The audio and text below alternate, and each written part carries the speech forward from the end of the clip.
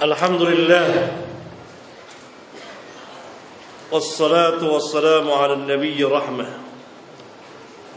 wa ala alihi wa ashabihi wa man tabi'ahum bi ihsan ila yaumiddin, amma ba'd. Ustaz, apakah diperbolehkan kita berjihad ke Syria rahimnya ya, tanpa izin dari Amir Ulil Amri? Boleh enggak? Tidak boleh. Jihad ada aturannya di dalam Islam. Harus ada rayah, benderanya. Di bawah bendera Amir, Amir yang memerintahkannya, dan seterusnya. Tapi jihad tidak hanya terbatas dengan saif, pedang. Kata Nabi SAW, jahidul musyrikin, berjihadlah kamu dengan orang-orang musyrikin, bi anfusikum wa amwalikum wa alsinatikum, dengan diri kamu, dengan lisan, dan dengan harta. Seseorang bisa berjihad dengan hartanya, dengan lisannya jihad. Di hadis yang mulia ini Nabi SAW membagi jihad tiga: jihad dengan pedang, perang, jihad juga dengan lisan, jihad juga dengan harta.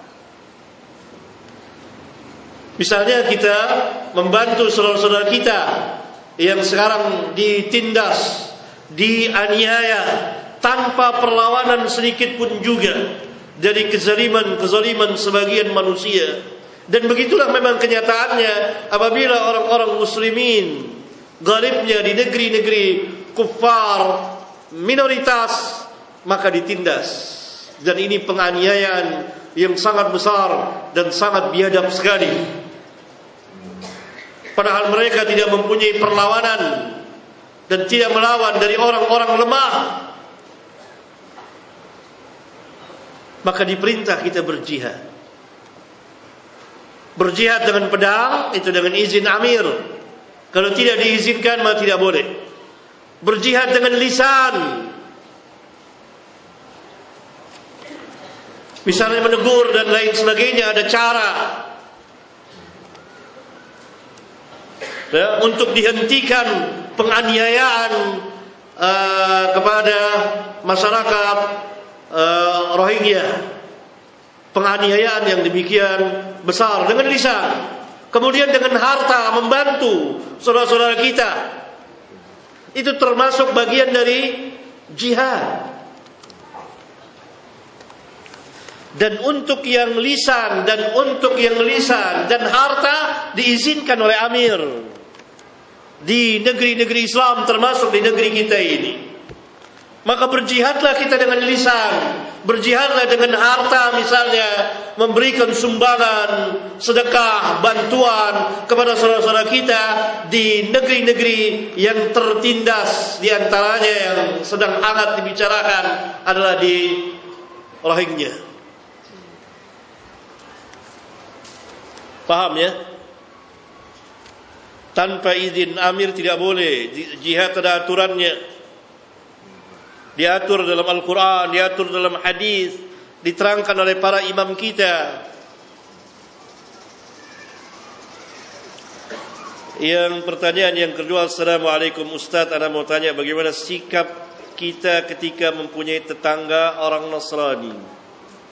Sikap kita sebagai seorang Muslim yang mengamalkan sabda Nabi yang mulia, apa?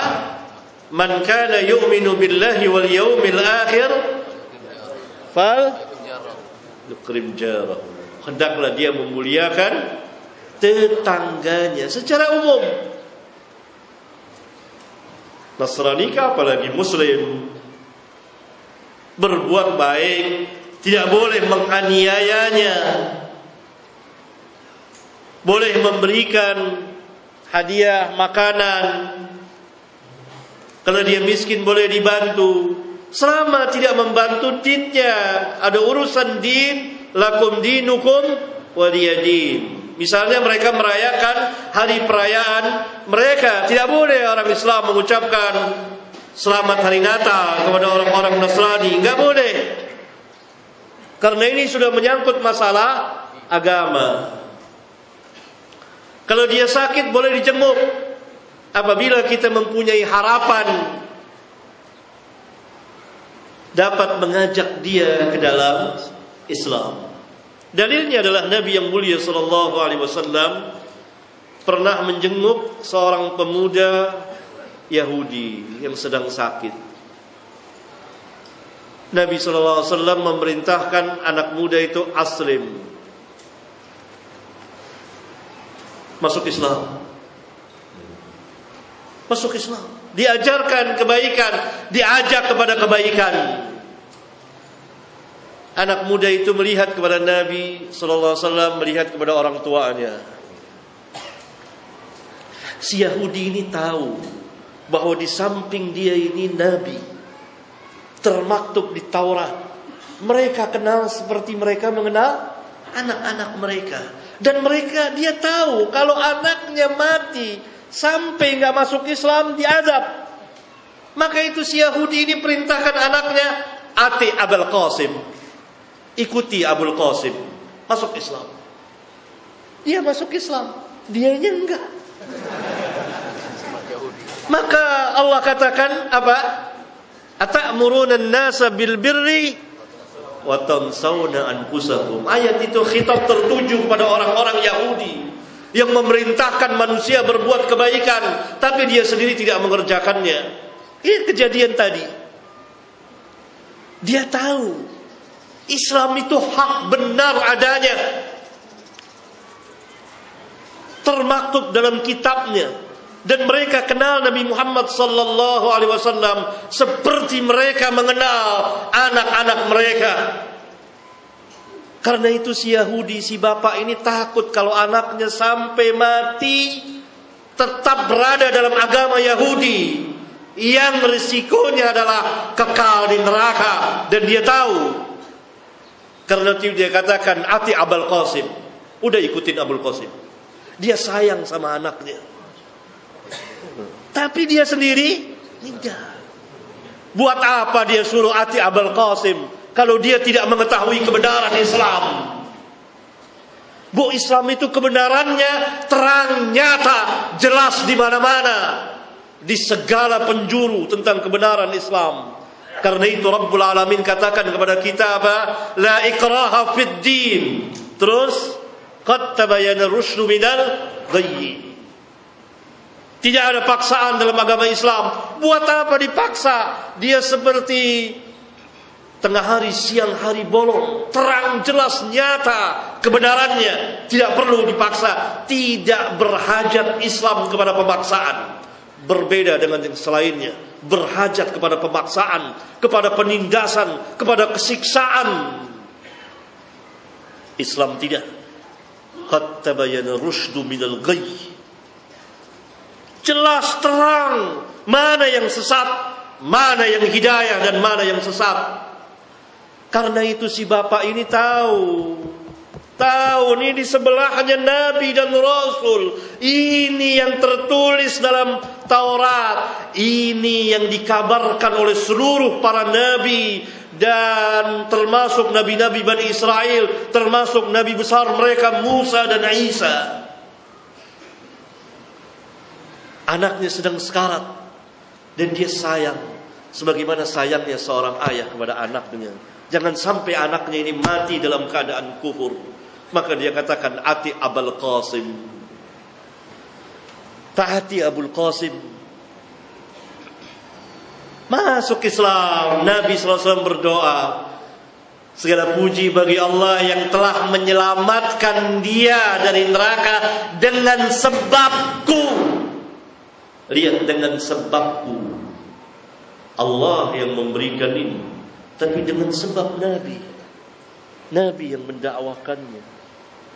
Begitu juga jasa para ulama. Karena itu min abtalil batil, dari sebatil-batil perkataan yang keluar dari ba'dun nas, sebagian manusia, bahwa tidak ada jasa ini, tidak ada jasa itu. La ilaha illallah. Nabi mengatakan dengan sebabku, yakni dakwaku. Allah yang memberikan hidayah kepada kita dengan sebab dakwah para ulama, dakwah para sahabat, dakwah tabi'in, tabi'ut tabi'in sampai hari ini di timur dan di barat bumi.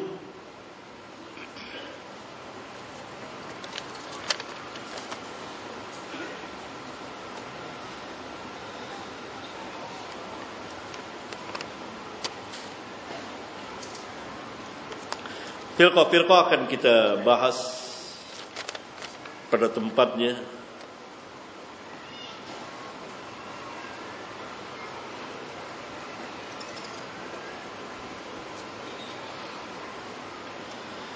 Bismillah.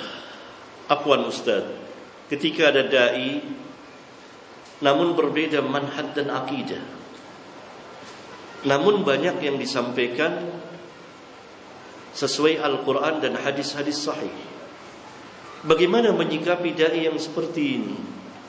Apakah tetap tidak boleh mengambil ilmu dari beliau, da'i yang berbeda manhaj dan akidah? Ya, contoh, bagaimana? Boleh apa enggak? Boleh apa enggak? Enggak boleh. Kenapa? Ada pengaruh yang dibawakan Al-Quran dan hadis.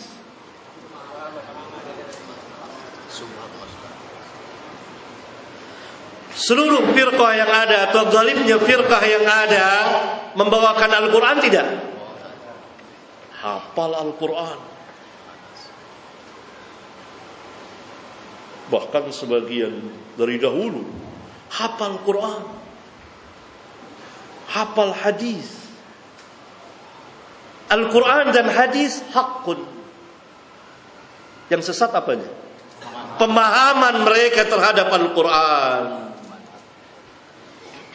Lihat perkataan Ali bin Abi Thalib. Tidak tertipu Khawarij membawakan ayat-ayat Al-Quran fasih, lebih fasih dari da'i-da'i ini. Apa kata Ali? Kalimatu haqqin urida biha batil.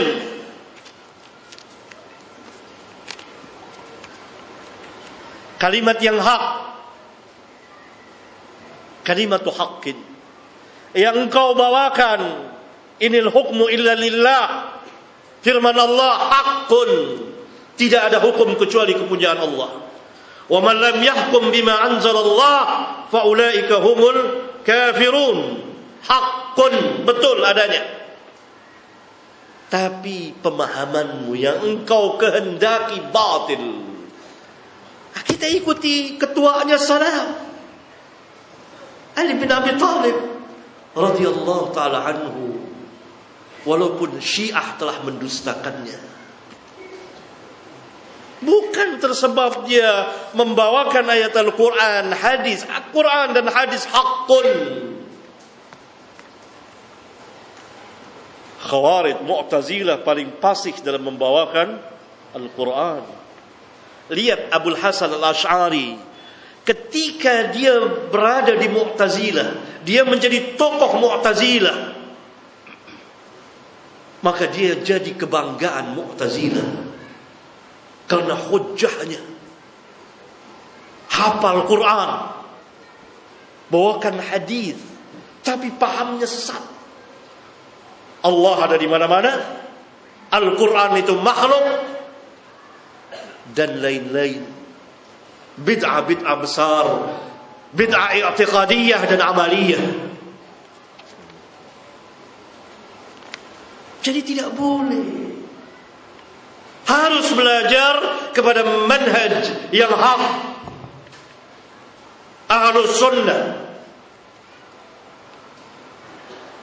yang berjalan di atas sunnah Nabi yang mulia alaihi salatu wassalam, wal jamaah, bersama jamaah para sahabat dan orang-orang yang mengikuti mereka dari tabi'in, tabi'ut tabi'in dan seterusnya sampai hari ini dan seterusnya di timur dan di barat bumi rahmatullahi alaihim.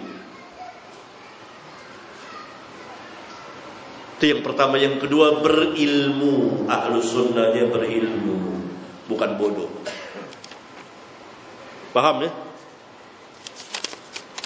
Ini suara saya keras memang begini karakternya, bukan marah-marah, bukan. Emang begini, habis gimana? Gak bisa saya kalau ngomong pelan-pelan, gak bisa. Karakter saya orang Arab gitu. Jadi begini memang, gini, bukan marah-marah, bukan. Dia orang kaget-kaget nih Ustadz marah-marah, bukan. Ini karakter saya kayak begini memang. Ntar kalau saya ngomong lembek-lembek antum tidur semua.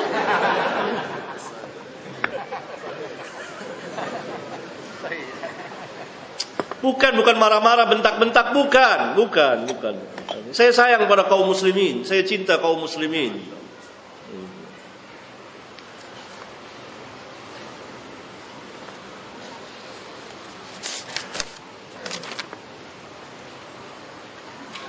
Jam berapa? 11:30. Hah? Berapa?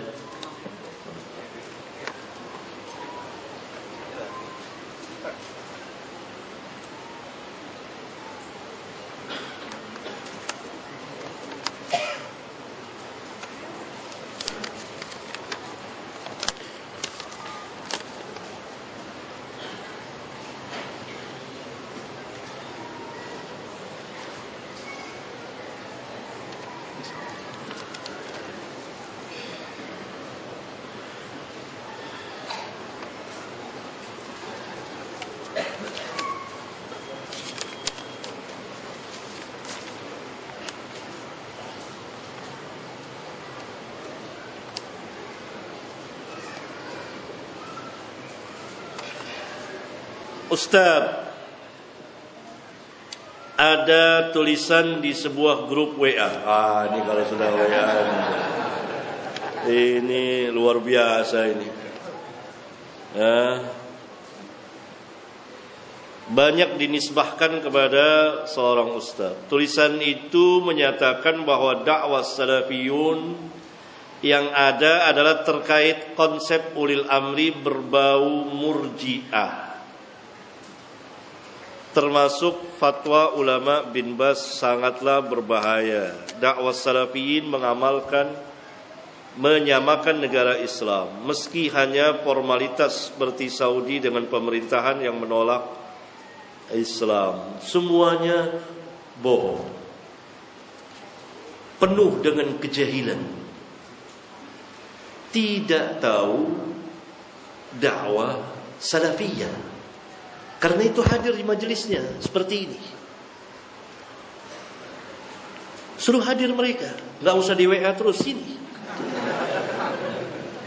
Atau di pengajian saya di Krukut setiap Sabtu besok libur. Hadir bebas. Jangan ngumpet di WA. Berhadapan. Kalau misalnya ada syubhat seperti ini, tanya. Bukan buat berdebat, bertengkar, tidak. Tanya.